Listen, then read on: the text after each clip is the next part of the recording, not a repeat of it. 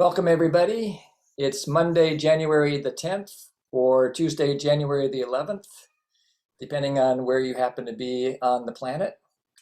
And this is Jim Mansky, and this is what we call the Open-Hearted Practice Group.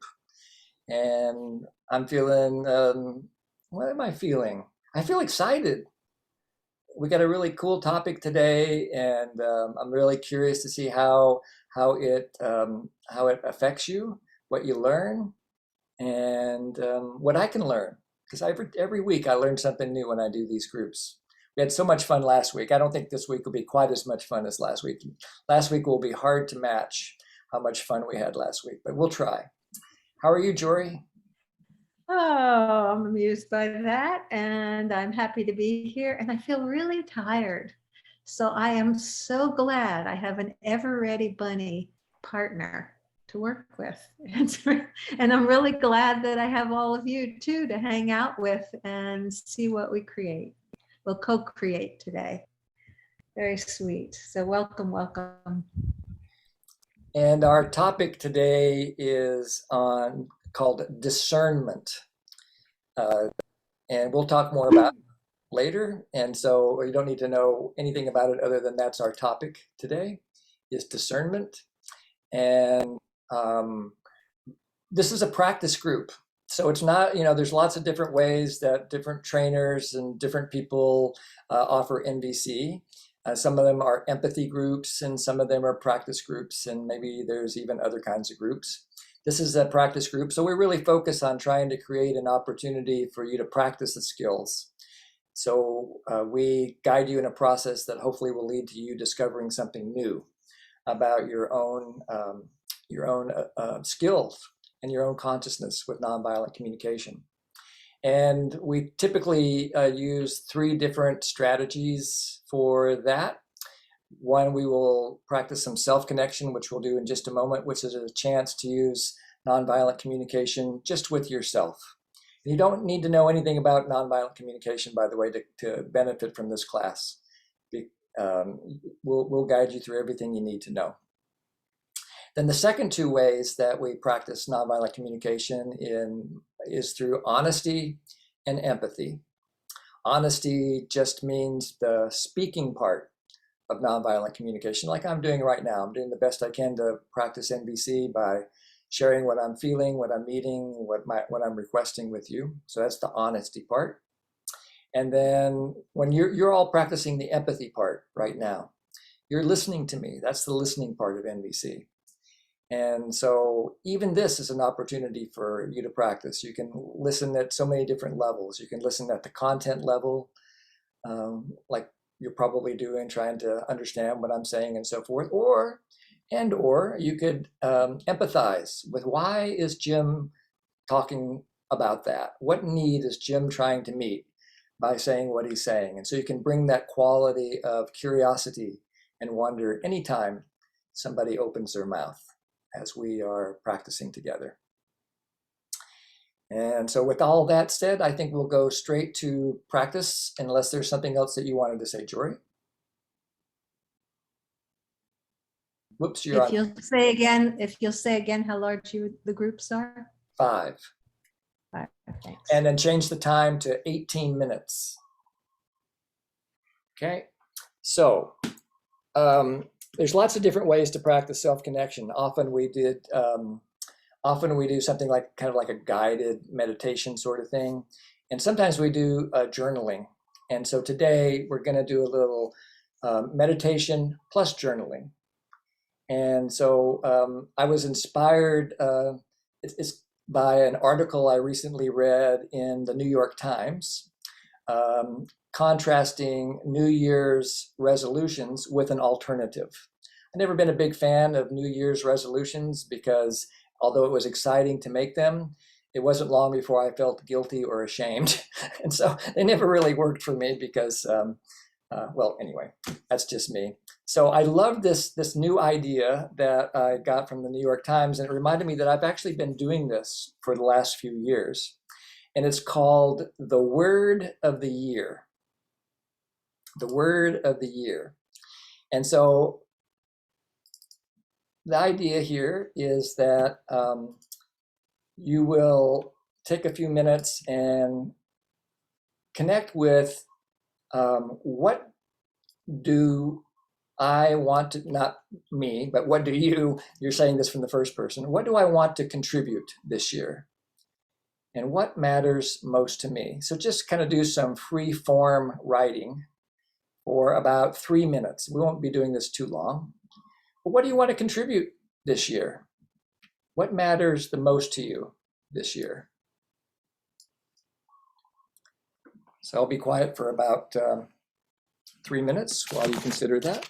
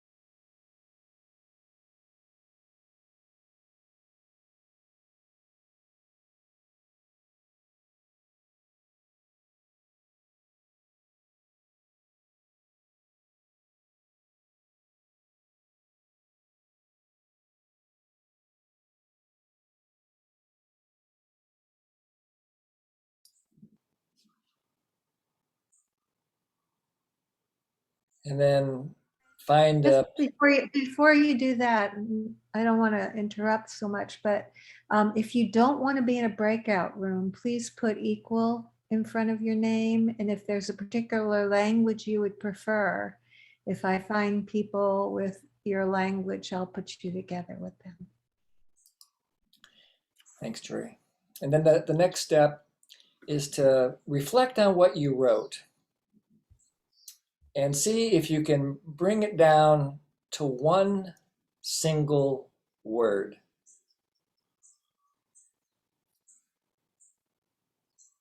What's one word? Maybe it's a need word, maybe it's a value, something that expresses your vision for this year. See if you can come up with one word.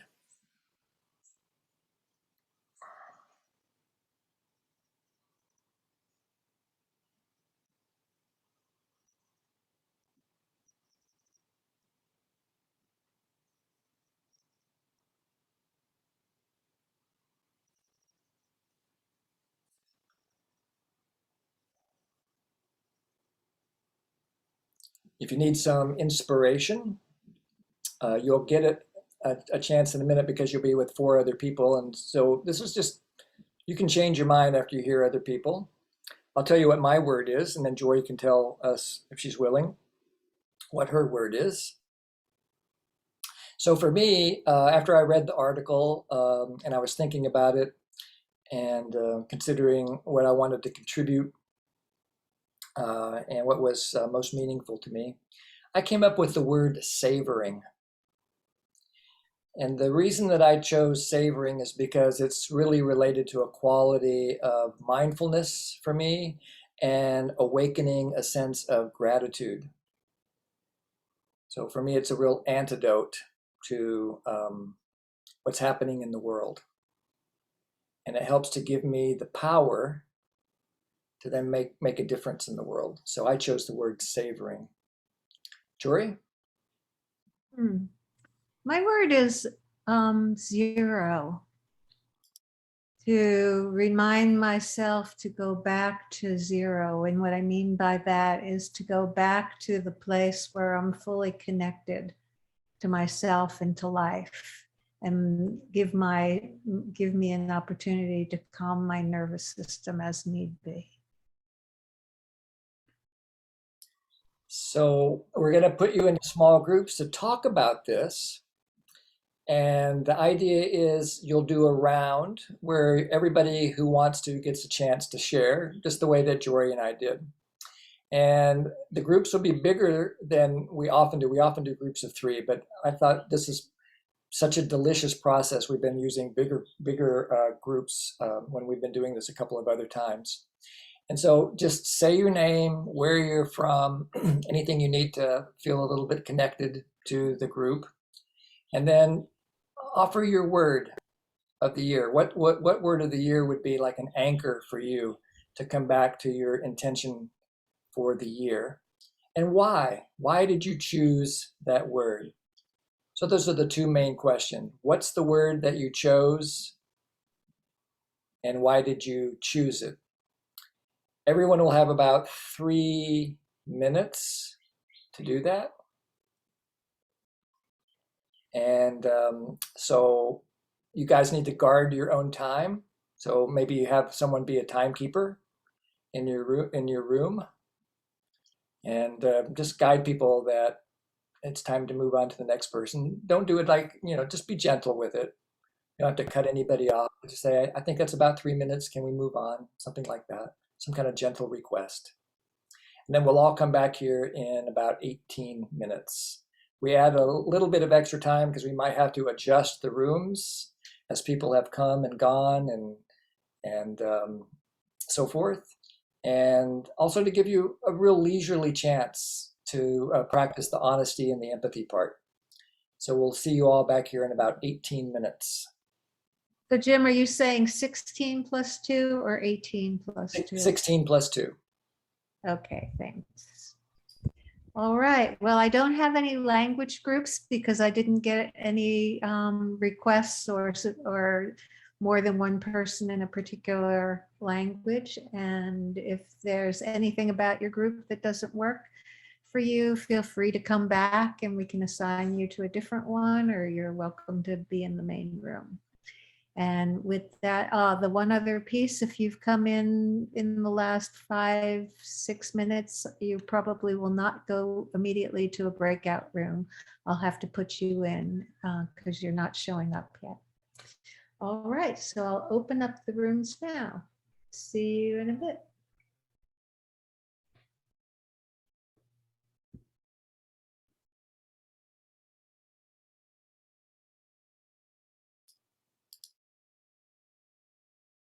Yeah. Yeah, it's a big order. So everyone's back now. Welcome. Welcome back. And if you would like to share your word, you can put it into the chat, or you can raise your hand, and I'll read a few of them as they come through. Attention, training, resilience, awake, self-connection, acceptance, equanimity, generosity, hope, learning, faith. They're going by so fast, so sweet. Mensch, presence, wisdom, ease, well-being, sensitivity,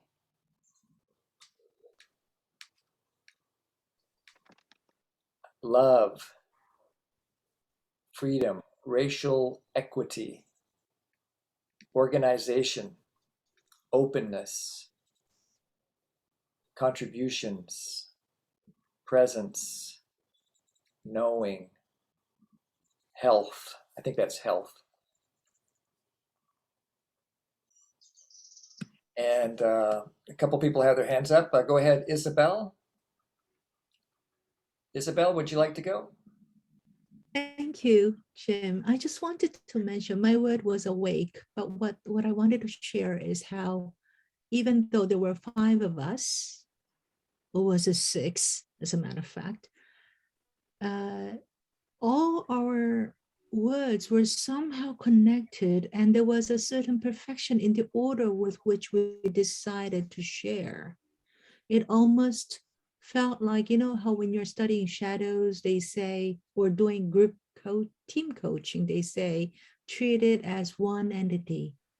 It's not like we were 6 of us. We were all one, longing for the same thing, to be there in the moment. Yeah, So thank you for this. what a sense of connection. That's connection there. Yeah, and a sense of unity and shared purpose.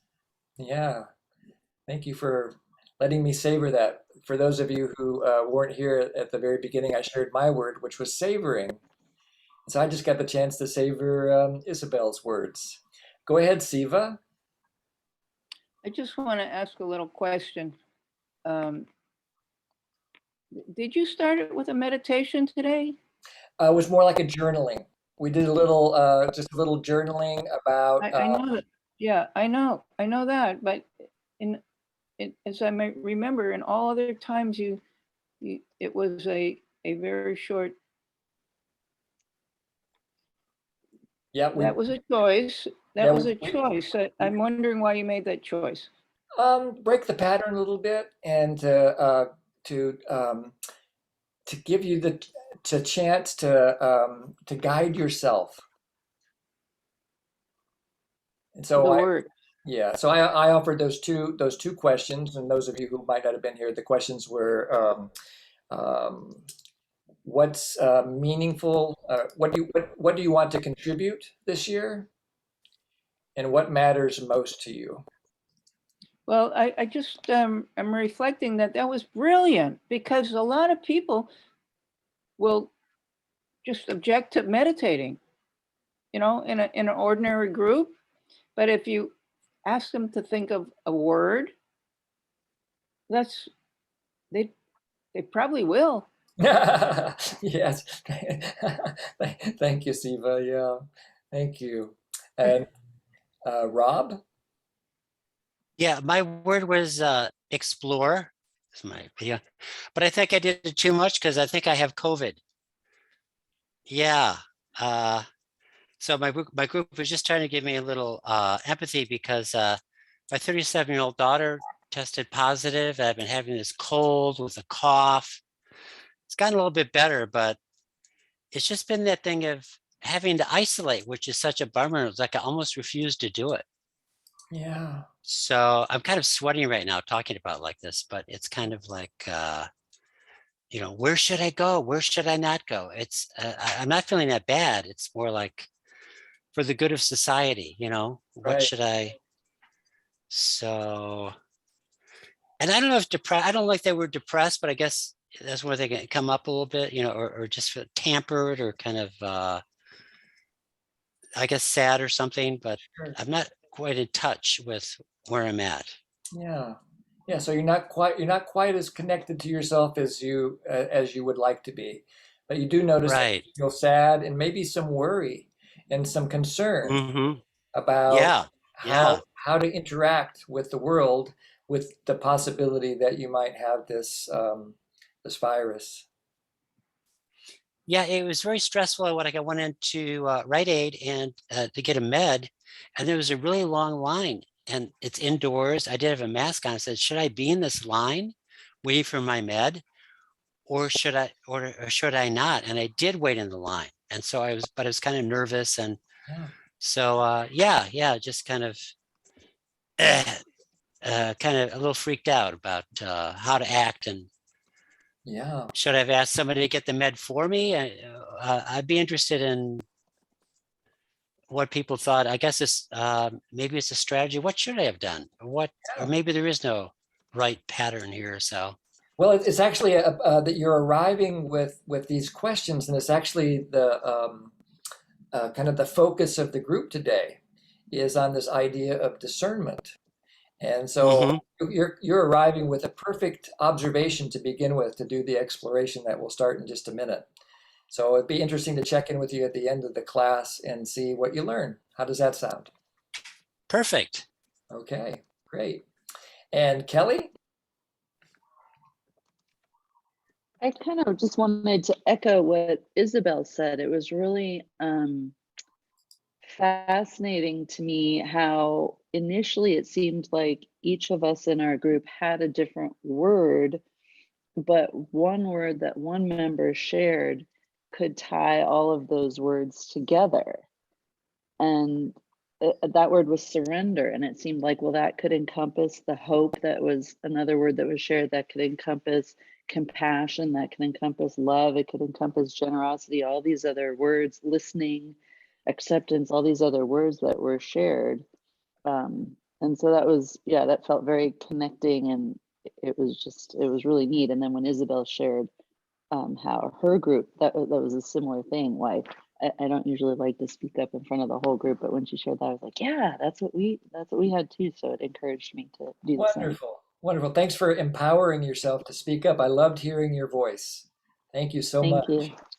Yes, and I think your point is well taken. I think this is the third time that we've done this exercise in the last week, and it has had this profound experience of connection every single time.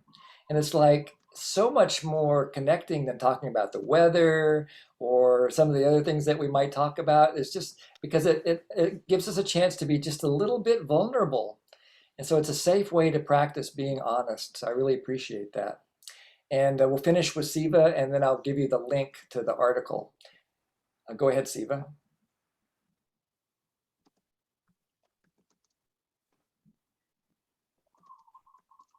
Oops, can't hear you yet. You're muted, Siva. Yeah, we're not hearing you, Siva. You're muted. There you go. I'll start again. NVC is another word I put in the chat. Nonviolent communication. Communication means connecting. Connecting what?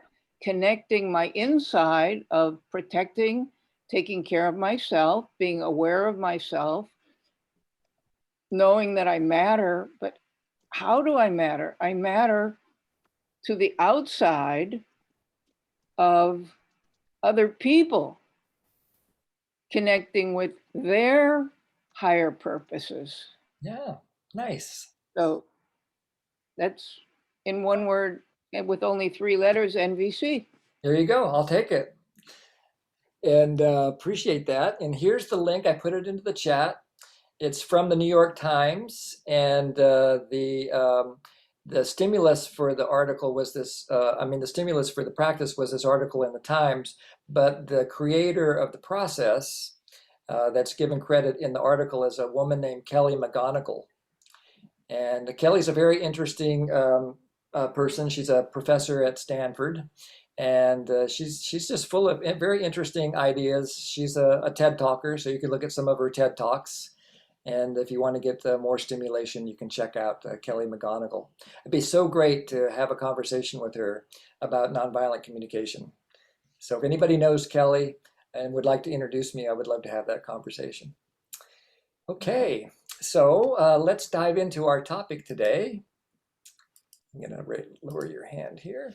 I'm going to share my screen with you. So here we go. So this is what we just did. And so today's topic is called discernment. And the way that we defined it when we wrote the Pathways to Liberation Matrix of Self-Assessment was clarity, insight, and wisdom in making life-serving distinctions and choices, and recognizing that one has a choice. And so it's perfect with what Rob was confronting when he was checking in a little bit about the choices that he has right now as he confronts the possibility. And this is a choice that a lot of us are dealing with in the age of COVID, especially with the apparent virulence of the Omicron variant. We're all becoming armchair epidemiologists these days. And so here's the pathway for discernment. If you're here for the first time, the pathways is something that Jori and I, along with Jake Gottwals and Jack Lehman, wrote about 11 years ago now. And it's a series of 28 NVC inspired skills. And there's the way that we set it up was we chose a skill and to try to describe it in one word, and then to define it as briefly as possible and as simply as possible, and then to show a pathway from having no knowledge of the skill. Like maybe you never even heard of NVC or this concept of discernment, and we'll all start all of these skills at that place because we were all born, and as babies may have this kind of deeply in their humanity, but we don't know it as a skill in our consciousness until we awaken. Somehow we become aware that we have this skill. But when we're in this particular skill with discernment, we're kind of living in a world of opinions and choices that are based on judgments because of the way we've been educated. As Marshall Rosenberg, the founder of nonviolent communication, used to talk, you'd say that we've been educated in a world of duality, a world of right and wrong, good and bad, appropriate, inappropriate, who deserves to be punished, who deserves to be rewarded, and so forth. And we believe once we have integrated this educational system, we think that our judgments are the facts. We think that if I think that so-and-so talks too much, or so-and-so, whatever my judgment of the person is, I think it's true. That's just the way it is. And then somehow I become aware that that there's another way other than being based in judgment. And we focus in nonviolent communication on that other way, which is, Marshall called it another kind of thinking, which is using universal needs. And as we can increase our skill with that, then we become more aware of the choicefulness that we live in. And that's what we're going to be experimenting with today, to discover some places where maybe you didn't know you had a choice, and see if you actually had more choice than you thought you did. And at the end of the pathway, which there really is no end of the pathway because it's more like a spiral than a straight line, but we awaken and integrate this skill, and we just become naturally attuned to the choices that are available for us from moment to moment. And do we want to be in a world of compassionate giving and receiving, making life more wonderful, or do we want to go to war? And that we just become more and more aware of that choice as we keep going. I see a hand up, so let's check in with Richard. Thank you for calling on me. So I'm trying constantly to hone my vocabulary and language. So the difference between observing and judging, the example you used with someone talking too much, for me, it's not a judgment. I'm hearing them always talking. So I don't see how that's a judgment. I observed they talk all the time. You actually just made the distinction so perfectly. And there's nothing wrong, by the way, with judgments. So in one judgment, you were talking about the other person. That's the way I did it anyway. He's talking too much. And so then my focus is extrinsic. It's about them. And then the second way you said it is I hear them talking a lot, which is much closer to what we call an observation, because now it's about you and your experience. And you could probably crystallize or clarify your observation a little bit more by saying, I'm hearing more words than I'm enjoying right now. Might be a way of really saying it as an observation. And so that's the shift from a moral judgment of right and wrong, because everybody knows it's wrong to talk too much, right? I mean, that's the way we were educated, you know. Like I grew up in a kind of a family culture where children's voices weren't always welcomed. Children were to be seen and not heard, and so forth. And so I took on that judgment at a deep, almost cellular level. And it wasn't until I really discovered NVC and things like it that I got to get clear that, oh, there might be another way of looking at this. It's just that I value silence, or I value turn taking, or I value an exchange of ideas. Or so now I'm moving to value judgments rather than moral judgments. Does that make sense, Richard? Yes, it does. Yes, thank you. It Very really, welcome. Thanks for asking the question. I'm sure that other people had it as well. And Nikhil Ananda sent me a message that link may require you to be a subscriber. I am a subscriber, but you can probably do a free trial. And if you, I can give away a few articles a month. So I will go get my gift article, and I'll put that link in at the end of the call. I don't want to take the time to do it now, but I'll send the link to the gift, because I get to give away 10 articles a month. Nikhil Ananda? Yeah, I figured since you mentioned me, then I would, because the comment that was just made brought something up for me. Much of my life, I've been, it's been said from certain people, Nikhil Ananda, you talk too much. Nikhil Ananda, you talk too much. And I talk a lot. My mom said when I came out, I was talking to her. So I've been doing that for years.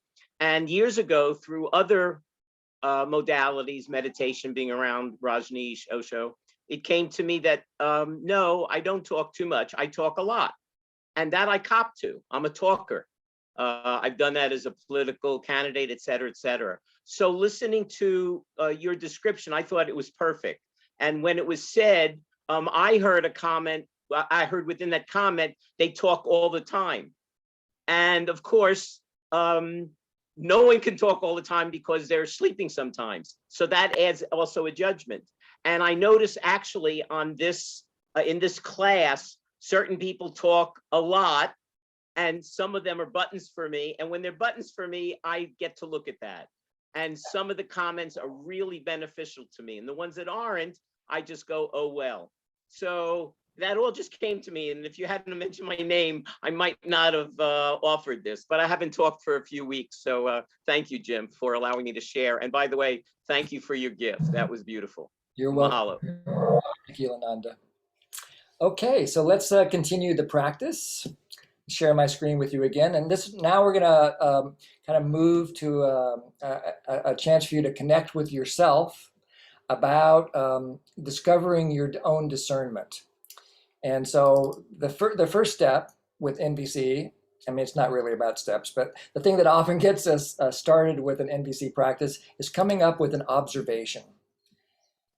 So think of a time when you told yourself you did not have a choice, and then write down what you heard. Think of a time when you told yourself you did not have a choice, and then write down what you heard. I'll put it into the chat too. Oops.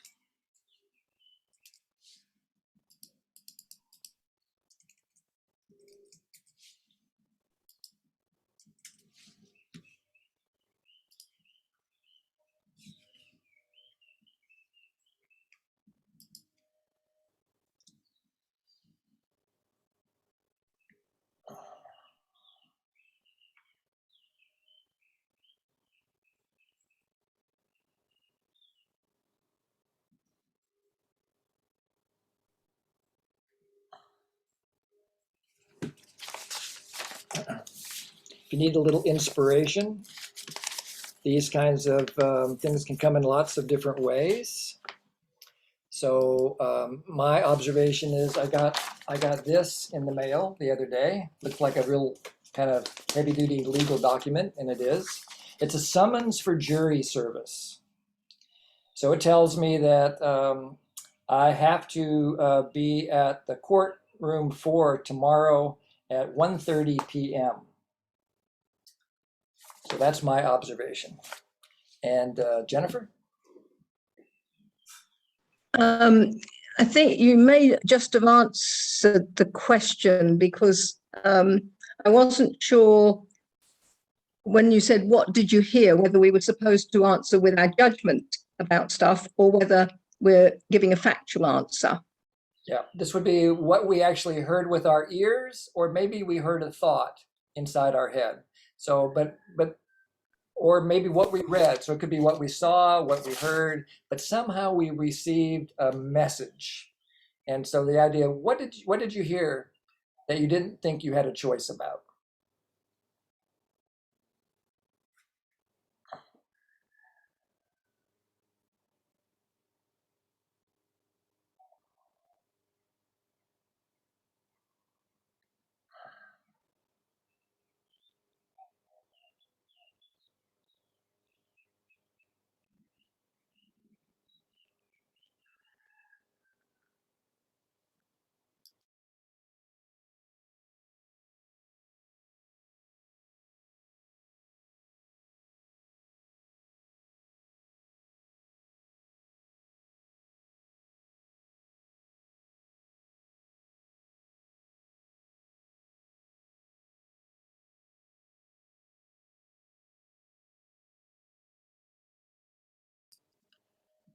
If you're done and you want another little project to do, you can refine your observation.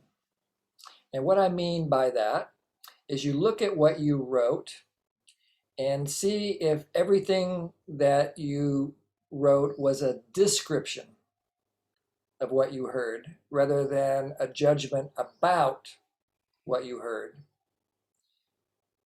So in other words, if I said those power over people at the circuit court sent me this letter and I have to comply, that would be what Marshall Rosenberg called an observation mixed with evaluation. And so I could go in and clean it up a little bit and just delete out all the moral judgment, all the name calling, diagnosis, and so forth. See if I can get it down just to the essence of what it was that I heard.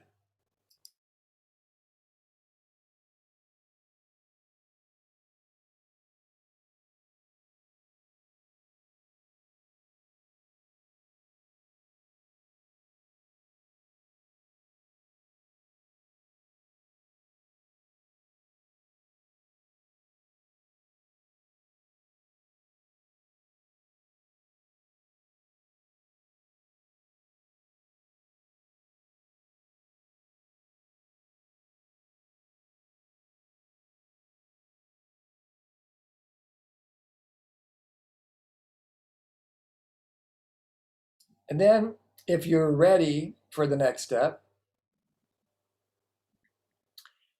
let me just see what this is in the chat first. Yeah, you're just a little bit too enlightened, Beth. So just stick in there, and maybe you can. You've been studying with us for a year or two now, and no telling what else you did to prepare you for that sentence. But yes, that would be the insight that that most people will probably get to, is that we always have a choice. But we may not feel that way at the very beginning. Cool. Well, congratulations, that just came to you. So the second question then is, what did you do? What did you do when you heard that? What was your behavior? So this is another observation. So now just describe what you said or what you did. So in my case, when I first got the summons, I ignored it. I didn't do anything until I realized that it was tomorrow. And then I read through it again, and I realized that there's an exemption for people over 65 because of COVID. So then I called the court, and all I got was machines. And so then I got in my car and I drove to the county seat where the building was, and I walked in and I handed them my form that was a request to be exempted from jury duty because of COVID. So that's what I did. What did you do?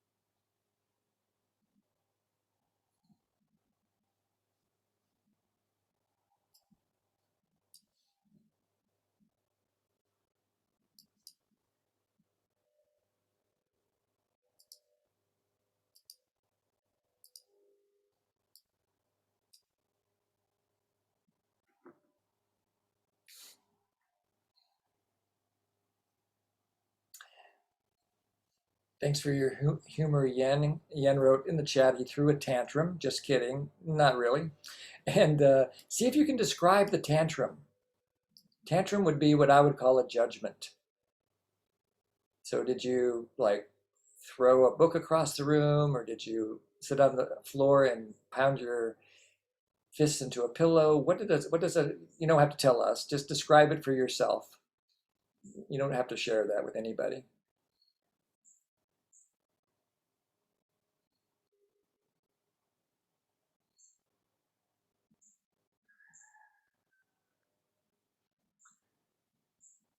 About 30 more seconds for this step.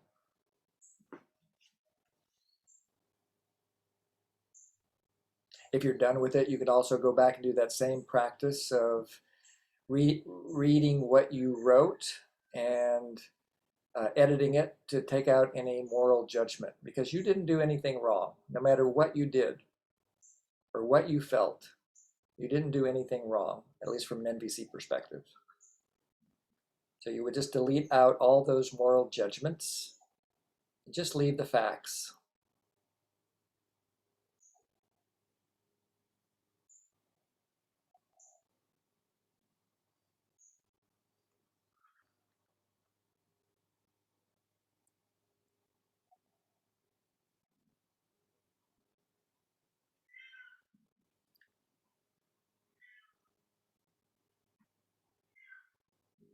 I see your empathy guess, John. I take that as an empathy guess. Thank you.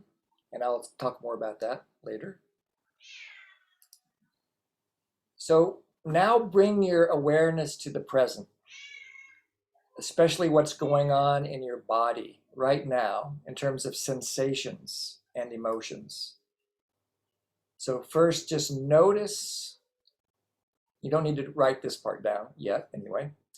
Just notice what's going on in your body.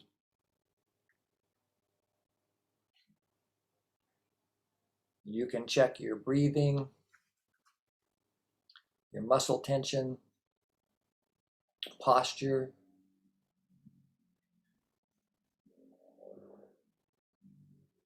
sense of constriction or openness,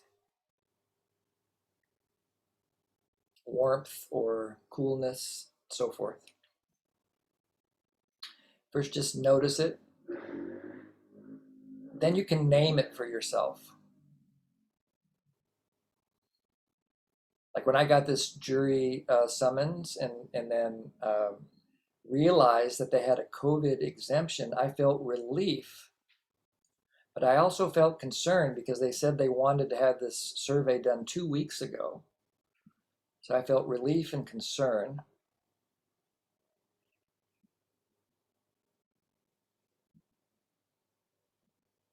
And then just allow yourself to feel whatever it is that you felt, or feel now, sorry, whatever you feel now.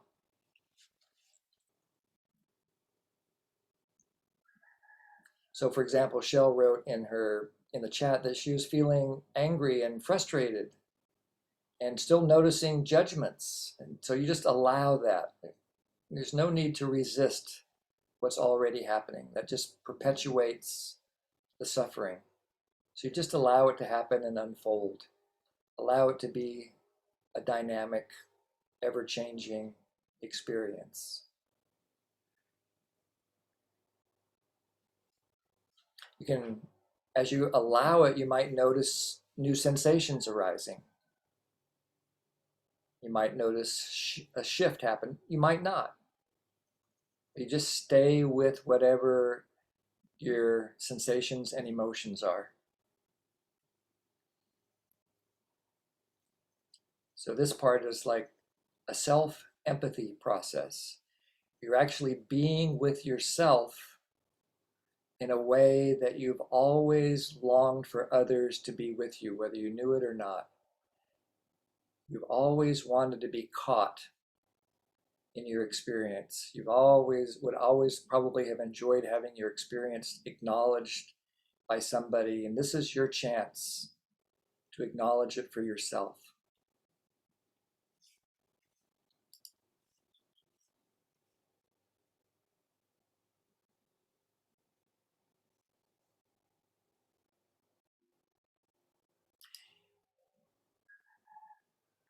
Oops, went the wrong direction. There you go. So then going back to your behavior, what needs, like when you were having that, the thing you labeled as a tantrum, Yen, what needs did you hope would be satisfied by your behavior? What benefit did you expect by behaving the way you did?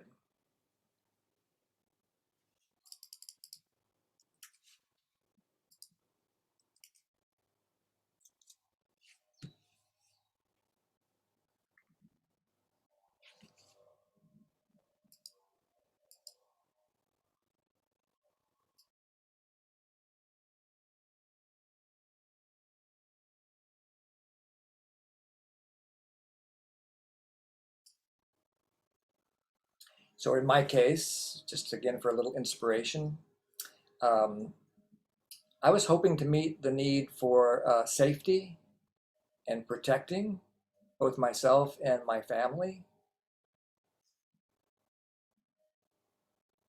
And the benefit that I was hoping for is that I would be excused this time from jury duty.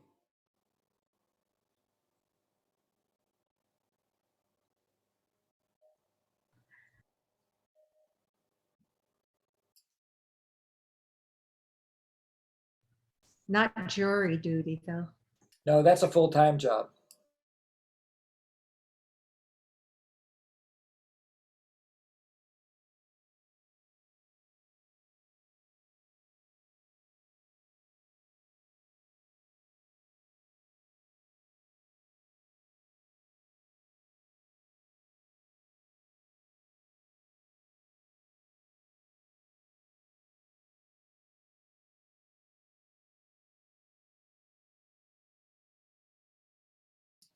Yeah.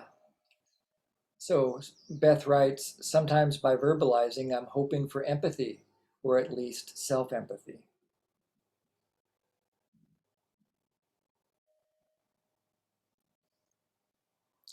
And Yen replies that he's hoping for his need is to be noticed, to be seen. And Nikhilananda to keep things calm, non-confrontational.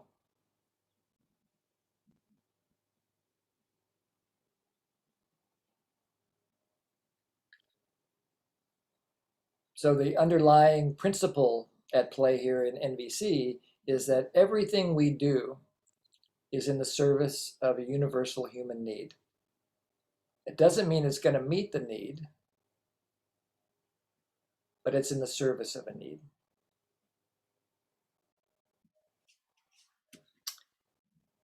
And it might come at a cost.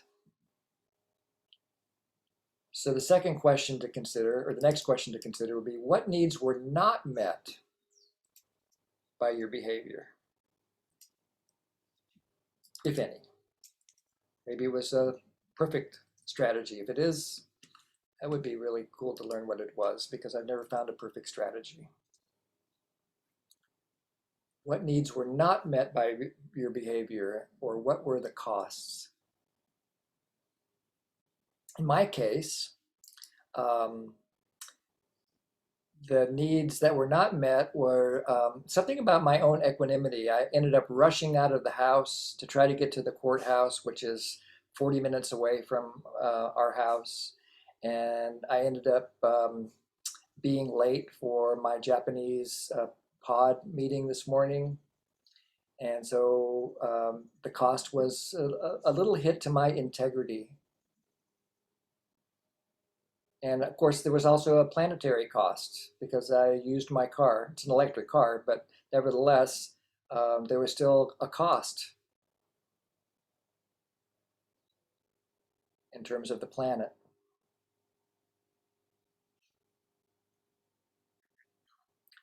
And Nikhilananda identifies honesty as a cost, an unmet need for honesty.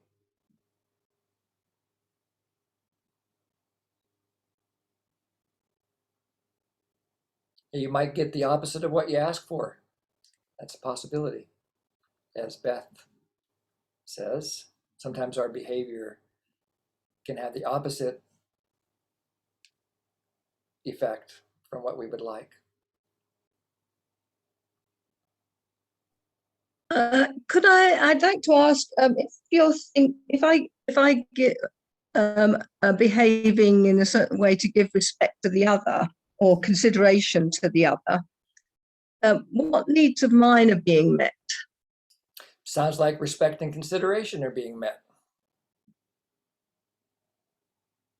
Those are the words you use, that you think that this particular behavior would really contribute to your own need for respect and consideration, and maybe you're empathizing that this particular behavior would also meet the other person's needs for respect and consideration. Does that make sense? No, I did it the other way around. It was the other way around. I thought by respecting their demand, I was giving them respect. Yeah, but that would Yeah. still be, that's exactly. And I wonder if you were actually also contributing your own need for contribution. Right. Yeah. There you Yep. go. Yeah, great. Yeah. Thank you. Great empathy guess. So Jori just demonstrated, for those of you who are brand new, Jori just demonstrated this idea in NVC of an empathy guess. I made one too. Mine was not, it did not hit, it did not land for Jennifer. So Jori chimed in with a different guess, and that one landed. It helped Jennifer to get connected to what was going on in her own body. Siva? I was surprised to hear Jennifer, because I sent her a direct message and I said that she looked so serene, and it made me feel serene. And so what I was saying with different words is human beings react as if we're half of a mirror. Our behaviors are a reflection of somebody else. Yeah. And so just your calmness of being will come back to you, because the other other person will calm down. Maybe they will. And So yeah, you're gonna get more connected in your empathy and compassion. yes, and what's actually happening is there's a stimulus, and they may or may not match it. Yeah. So we don't know. Yeah, we don't. And you're actually pointing out another really important principle. I'm not sure it's an NVC principle directly, but something I learned from an NVC trainer, Sarah Payton. And it's this idea that our brains, our nervous systems, are designed to self-regulate. You know, when we receive an education that's life-serving, we learn how to regulate our nervous systems. But when we suffer from trauma or abuse or malnutrition or poverty or 10,000 other things, it can affect our ability to regulate ourselves. And so, luckily, human brains are also designed to co-regulate. So when Siva looked at Jennifer and interpreted what she saw as peaceful, it helped Siva to co-regulate herself. And that's what empathy is. So, you know, if I'm like this and I'm getting all constricted in my life, and someone comes along and helps me to co-regulate my brain, then I can open back up to enjoy life again. And that's what empathy is. Empathy is a strategy to support co-regulation. So let's go and offer some connection in small groups again, and do it this time, Jori, for 15 minutes plus 2. And here you can support each other in getting more connected to the needs that are alive. Concerning your observation, groups are now 3. So the idea would be everybody has about 5 minutes, more or less, to clarify your needs. And when you come back, my request is that you see if you can get it down to 2 needs. One need that you were trying to meet when you did what you did, and one need that was not met. You might end up with 10 of each, but see if you can pick the 2 most important ones. One need that you were trying to meet, and one need that was not met. So when you come back to the large group, you'll come with 2 needs, and then we'll do the final step of this practice. So whenever you're ready, Jori. Yeah, and I want to remind the people who have joined since the last group that if you don't want to be in a group, put an equal sign in front of your name so that I know not to put you into a group. And I did make a Japanese speaking group.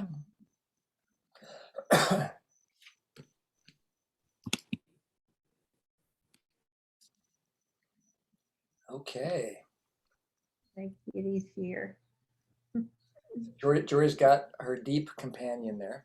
Okay, so now the final step in the process, to look at your list of needs and choose 2. One need that you were hoping to meet when you behaved in the way that you did, and one need that you sense was not met. So choose 2, and then we'll work with those 2.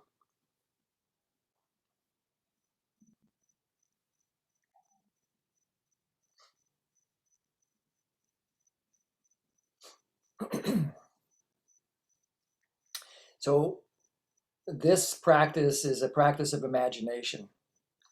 And this is the kind of practice that really works well for some people, and some people just don't like it. So if you're the type that don't like it, then you can just ignore it. But most people really like this particular one. So in your left hand, imagine that you could take that need off of your paper, the word that describes that need, and turn it into energy. Turn it into energy that you could put into your left hand. And so that energy will take a shape. So you could give it a shape. Maybe it's a triangle or a square or a circle or a sphere or a whatever. Shape of a house or a cat, whatever shape you'd like to give it. So first give it a shape that sort of encapsulates or describes the energy of that need. And then decorate it a little bit. Give it some color and maybe some texture. And maybe change the lighting on it a little bit, give it some weight, depending on how important it is to you. So you can actually feel the gravity of that need, how precious it is to you. and anything else that you want to do to really personalize that need for you so you can really have a sense of presence and savoring of that need.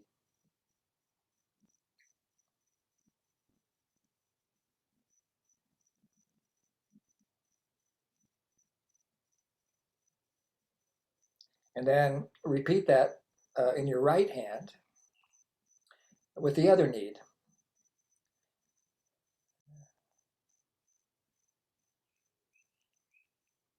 So it starts again with a shape.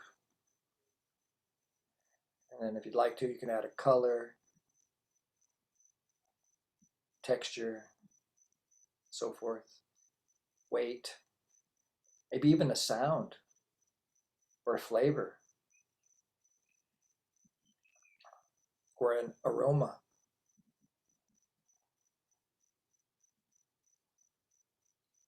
And it has an energetic quality. It's not something that is solid. It's energetic, it's dynamic, it's fluid.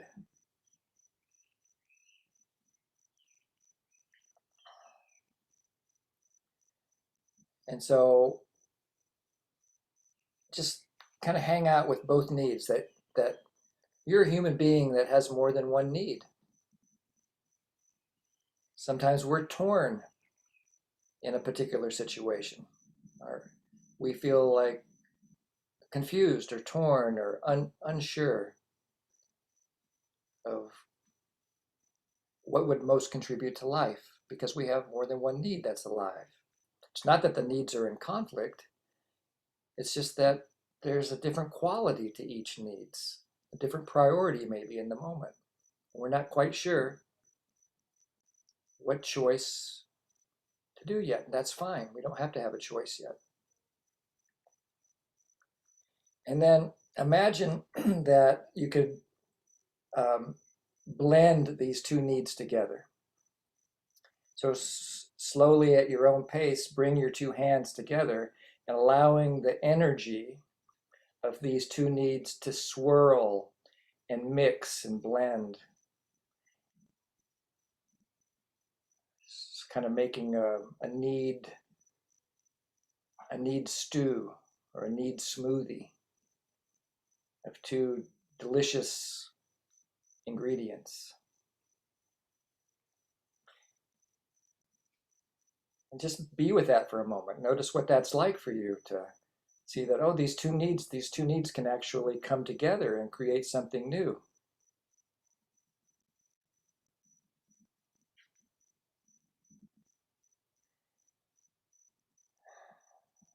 Just notice your breathing. I just noticed as I did it, I took a deep breath.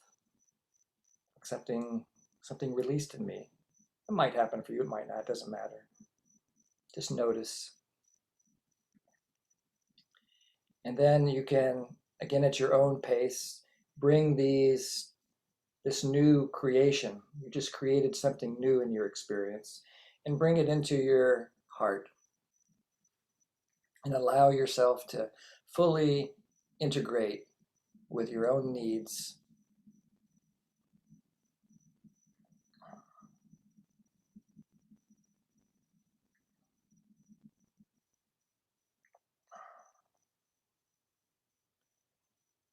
And then coach yourself to open to outcome. Get curious, is there some way that if I ever hear a message like this again, is there some way that I might be able to meet both of these needs with less cost? You don't have to have an answer, but you might get one. It's opening to the outcome that both of these needs could be satisfied.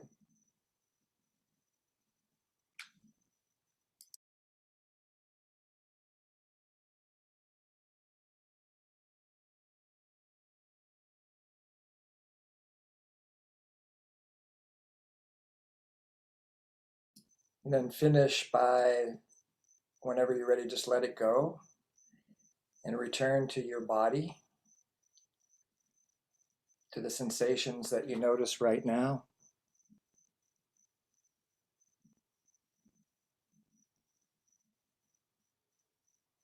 Notice it first, name it for yourself,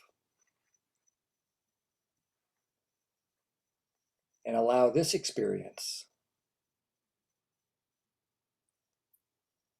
whatever it is. Maybe this was really meaningful for you. Maybe it just didn't work for you, or maybe it irritated you. Whatever the emotional experience, notice it, name it, and allow it. It's your experience.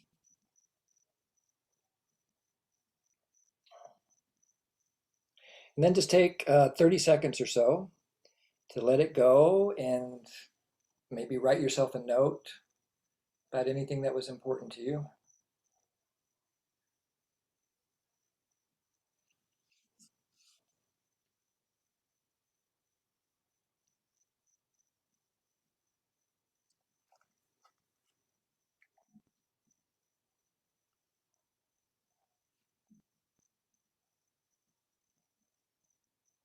And if there's something that you would like to share about this experience, you can raise your hand like Monica did. I think her hand's been up for a little while, so we'll go to Monica first.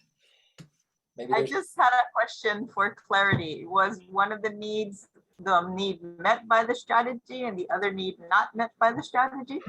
Yeah, I phrased it slightly differently, but that's generally the essence. The needs Okay. the first one was the needs you were hoping to meet by the strategy. And then and the second was any needs that were unmet by the strategy. Okay. All right. That's all I needed to know. Clarity. Thank you. Sorry, my Yeah, eyes in, were re- closed. in response to what people have questions, that's the cost. The second part is the needs of the cost of your trying to get your needs met.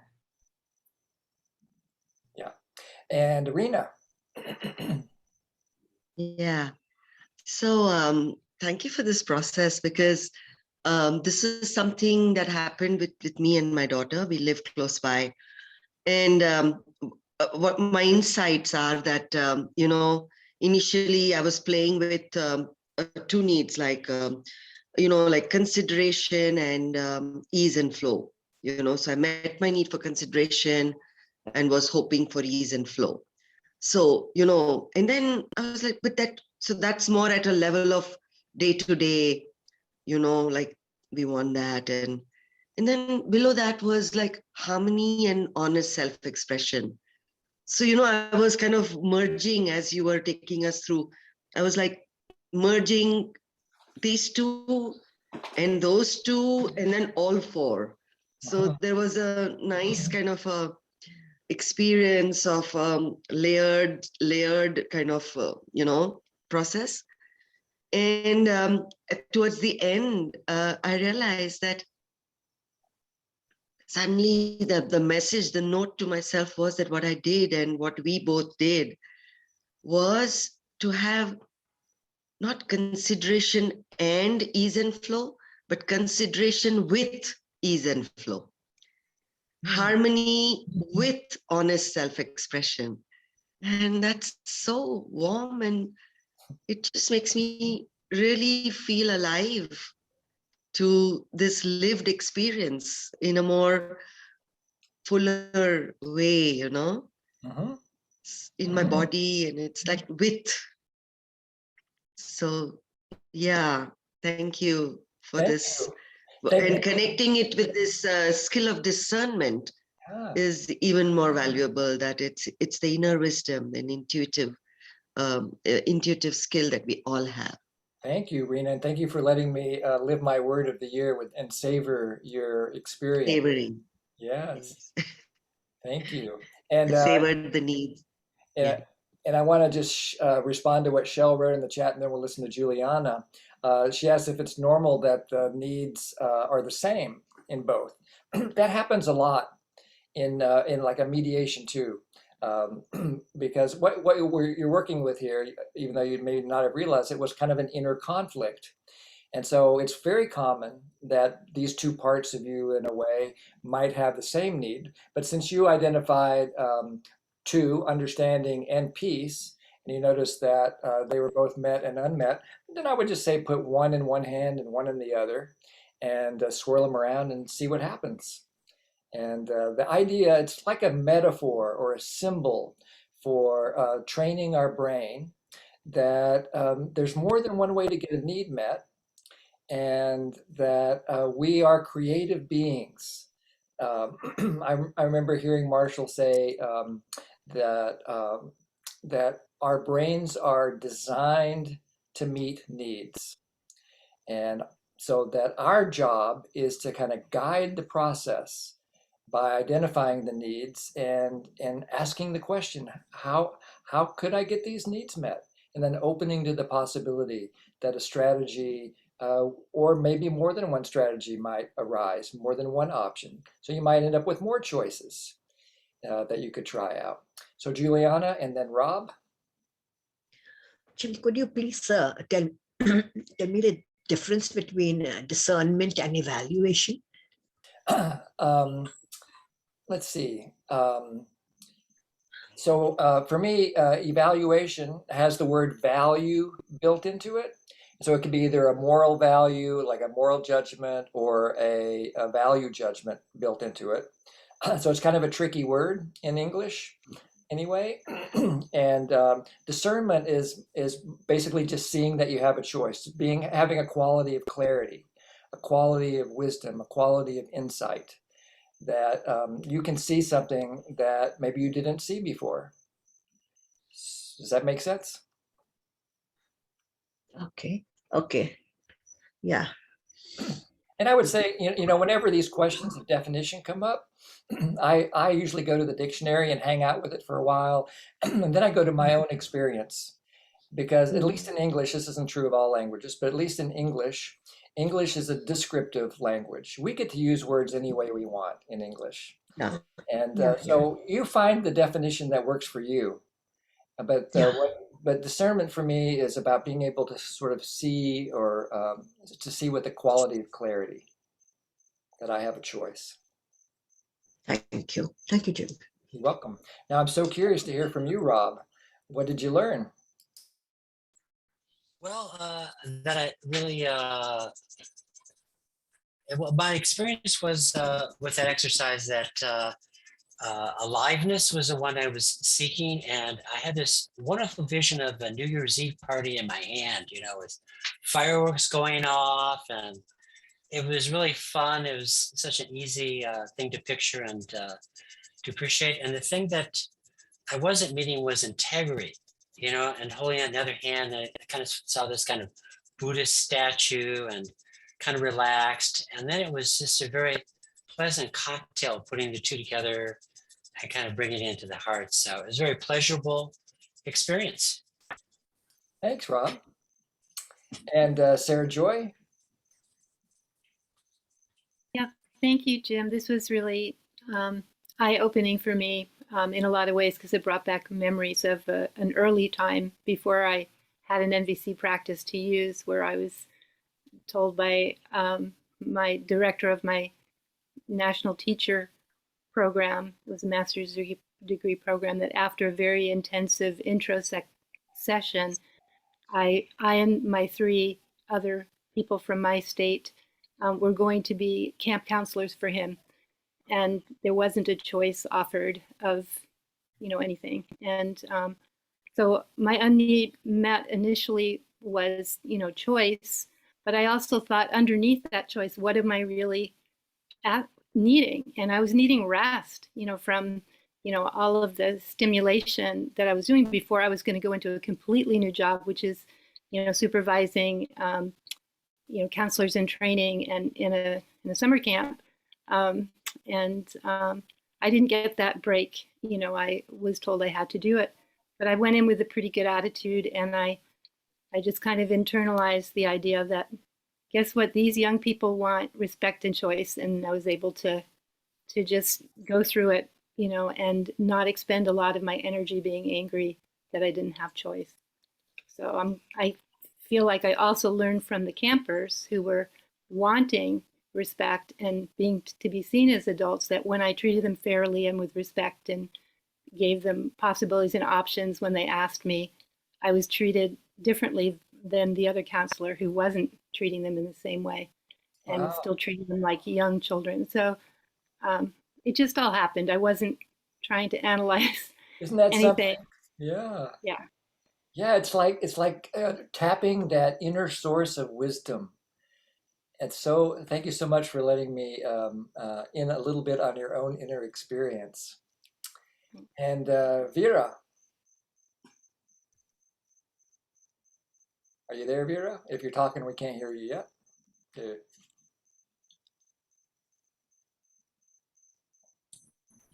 There you go.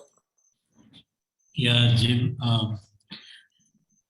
you told about people who have acute childhood conditions like poverty, trauma, they have difficulty in self-regulation. In one of your statement you mentioned, I know the trauma, poverty is something that not in our hands. It is given. It was we were destined to go through that. So, do you have some resources where that can be processed? Does NVC help, or only trauma to be healed and then the self-regulation can happen? Could you share some thoughts and resources to self-heal on that? Yeah. Well, sometimes NVC can certainly help with that kind of stuff. Practice, practice, practice was Marshall's advice. That it's not a NVC is not a quick fix. So it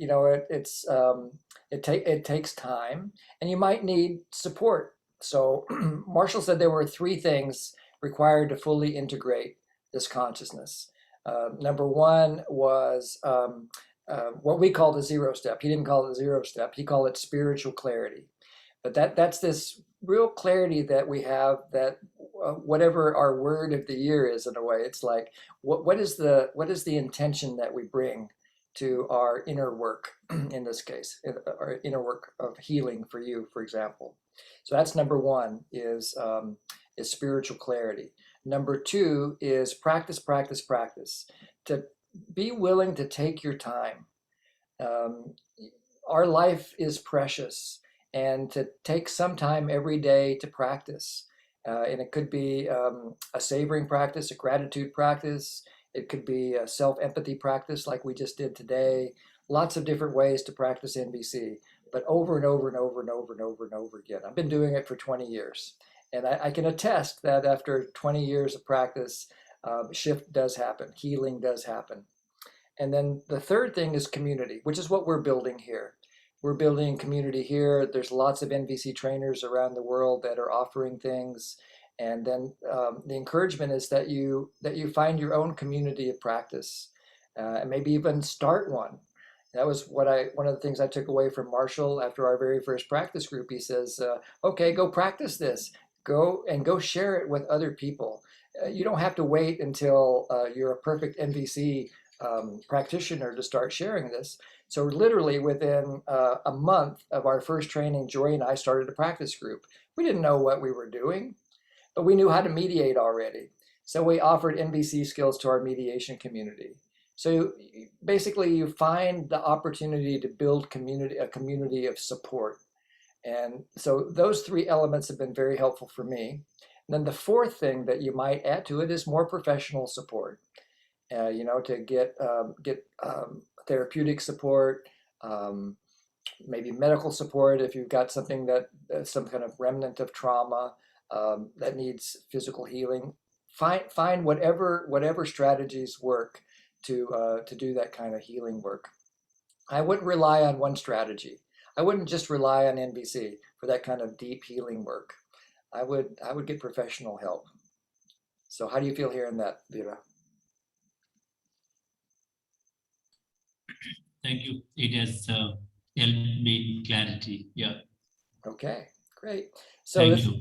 You're very welcome. We're coming to the end of our class today. So here is what we usually do at the end. I put this little link in. If you want to see recordings from most of our previous classes, you can go to pathwaystoliberation.com, resources. There you'll find, I don't know, maybe 15 classes from this series, plus 28 classes from the book launch that we did last October. That's 28 different trainers offering little pieces from the Matrix. And then my book that Siva is showing on the screen is called Pathways to Nonviolent Communication. And the link doesn't go directly to the book, but but it is a place where you can order the book, a list of places that you can order the book and get free shipping internationally. If you try to order it from the publisher, which is Puddle Dancer Press, goodbye, Suzanne, you'll get it'll be ridiculously priced because they don't quite grok international shipping, but lots of other places do.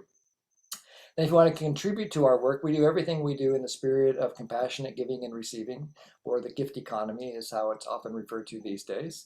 So if you'd like to give to us directly, you can go to that link there at radicalcompassion.com. Or you can donate directly to CNBC. That's the mother organization, the Center for Nonviolent Communication that Marshall Rosenberg started in 1985. And there we have almost 600 certified trainers around the world now. So you could donate directly to CNBC if you would like. And if you live in the United States, that might be a tax-deductible donation for you. And or you could go and give us a gift on PayPal. Many of you, I'm actually very touched that how many of you are donating a small amount each month. That's really meaningful for us. We take that money in, and then Jori and I have a meeting every once in a while, and we decide, how do we want to give this money away to support nonviolent communication? And we've had some fun projects that we're able to contribute to. So those are the contributions, ways to make contributions. And speaking of contribution, Tanya has figured out how to solve the problem of being able to read the article. She made a Google Doc for it. So you can click on that Google document and read that article that talks about the practice that we did at the beginning of the call. And let me see if there's something. Oh yeah. One more thing, that if you are new to this group and you would like to be on the mail list, I have just put the link to our website, which has a link where you can sign up for getting the emails and knowing what topics we're going to be covering and other things that we may be offering. And so that takes care of that. Jori, is there anything else that you would like to say by way of checkout? How you are right now? You've been so quiet today because you're letting me do the heavy lifting. Yeah, I appreciate that you do the heavy lifting. I appreciate that there's community and all of us here who are putting so much energy into creating a more wholesome and full sense of connection in our world. So thank you all for being here. And by the way, I'm one of 4 daughters. I was called the quiet one. And I think I got noisy for a while, but as I got older, I'm going back into my childhood of being the quiet one again.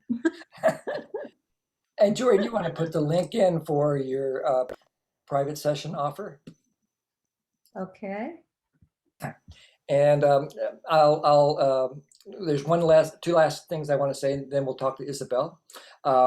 One is next week, our topic is called Living Interdependently. So it'll be carrying on with the theme of today, in a way, deepening into what's it like to be a part of a community, to be in a relational space. And you're welcome to stay and hang out. Jori will make small groups for those who want to hang out and chat. We've had people spend 10 minutes and hang out. We've had people spend 4 hours and hang out. So whatever you would like to do. And then the last thing I want to say before listening to Isabel is, after you do this swirling around cradle, this needs process that we did, you might start coming up with ideas of new ways to meet the need. You might have dreams tonight or wake up with insights in the morning. So you could use it as a chance to journal as well, to figure out, to allow yourself to connect to the fruit of your inner work today. And with that, I say farewell, and I'm going to turn the recording off, and then we'll find out what Isabel wants to say. And then Jori. Yeah,